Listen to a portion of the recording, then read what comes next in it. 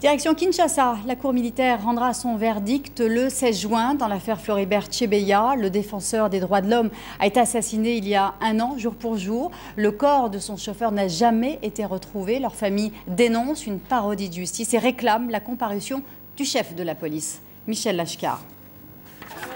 L'émotion était grande mercredi à Kinshasa devant la tombe de Floribert Chebeya.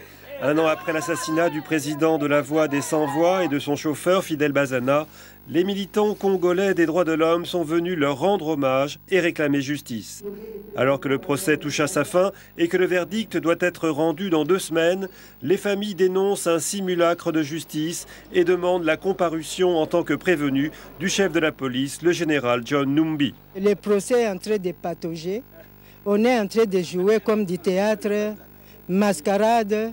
Mais nous souhaitons que les assassins puissent être punis et que ceux qui sont en dehors du procès, malgré qu'ils soient impliqués dans l'assassinat, qu'on les ramène dans le procès.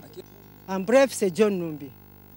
Même désolation du côté de la famille de Fidel Bazana, dont le corps du chauffeur assassiné n'a jamais été restitué. Jusqu'à présent, malgré nos réclamations, nous n'avons pas vu le cadavre de mon petit frère.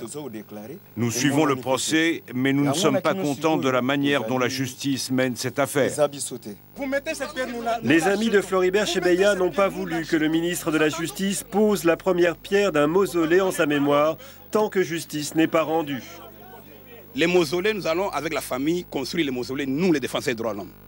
Si le gouvernement reconnaît Floribert pour un homme important, il doit le construire un monument, pas en brousse, mais dans un carrefour du centre-ville.